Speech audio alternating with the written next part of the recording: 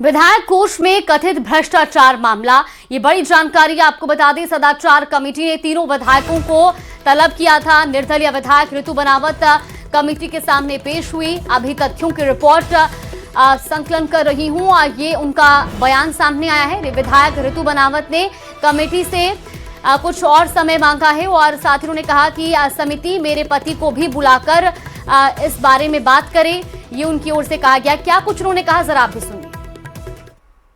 तथ्यों की रिपोर्ट मैंने भी कहा कि अभी कुछ चीज़ों की रिपोर्ट्स आना बाकी है। मैं भी तथ्यों का संकलन कर रही हूँ, तो मैंने उनसे समय मांगा है कि कुछ समय मुझे दिया जाए उन रिपोर्ट्स के आने का। उसके बाद जो भी समय वो देंगे, अभी समिति निर्णय करेगी कि कितने टाइम देना है। मैंने विधानसभा अध्यक्ष से अभी, क्योंकि वो तो अभी मिले नहीं थे, लेकिन मैंने एक पत्र के माध्यम से अपनी बात रखी कि इस पूरे मामले की, क्योंकि प्रश्न चिन्ह लगाना आसान होता है, कलंक किसी पर लगाना आसान होता है, उसको हटाना मुश्किल होता है। तो जो दूध का दूध और पानी का पानी वो होना चाहिए। तो मैंने अध्यक्ष जी से मांग रखी कि आप सीबीआई के थ्रू सरकार को निर्देश दें कि सीबीआई के थ्रू इसकी जांच की जाए।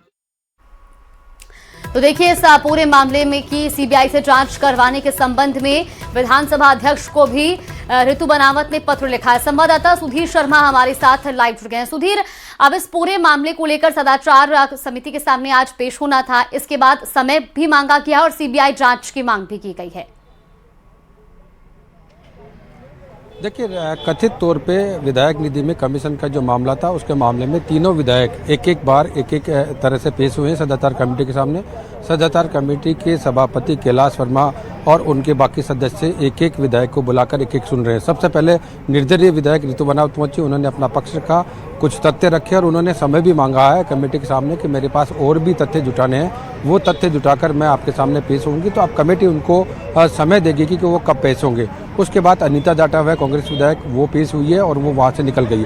अब 30 नंबर पर जो भाजपा के रेवंत राम डागा है, वो अभी पहुंचे और कमेटी के सामने अपना पक्ष रख रहे हैं। जहाँ तक ऋतु बनावत की बात है, उसने मीडिया से बात करी। उन्होंने कहा है कि जिस तरह से मीडिया में रिपोर्ट्स आ रही है, जो सामने आई है, और मेरा कहीं उसमें जिक्र नहीं हो रहा है, अगर मेरे पति का कहीं नाम आ रहा है तो कमेटी उनको भी बुला के इस बारे में बात कर सकती है। साथ ही उन्होंने कहा कि विधानसभा अध्यक्ष को हमने पत्र भी लिखा है, जिस पत्र में ये मांग की गई कि विधानसभा अध्यक्ष सरकार को इस बात के लिए निर्देशित करे कि वो सीबीआई से इस पूरे मामले की जांच करवाए, क्योंकि मेरा सीधी तौर पे कोई इन्वॉल्वमेंट नजर नहीं आ रहा है। जो खबरें लगातार आ रही है वो भी भ्रामक खबरें आ रही है। तो लिहाजा उन्होंने अभी तथ्यों के आधार पर ये कहा है कि समय मांगा है। अब कुछ देर बाद जब सदाचार कमेटी के सभापति बाहर आएंगे, उसका एक प्रोसेस पूरा होगा, उसके बाद पूरी जानकारी आएगी कि किस तरह से इन्होंने क्या क्या रखा और क्या क्या जानकारी मांगी गई थी, और अब अगली जो सुनवाई है कमेटी के सामने उनकी कब रहने वाली है।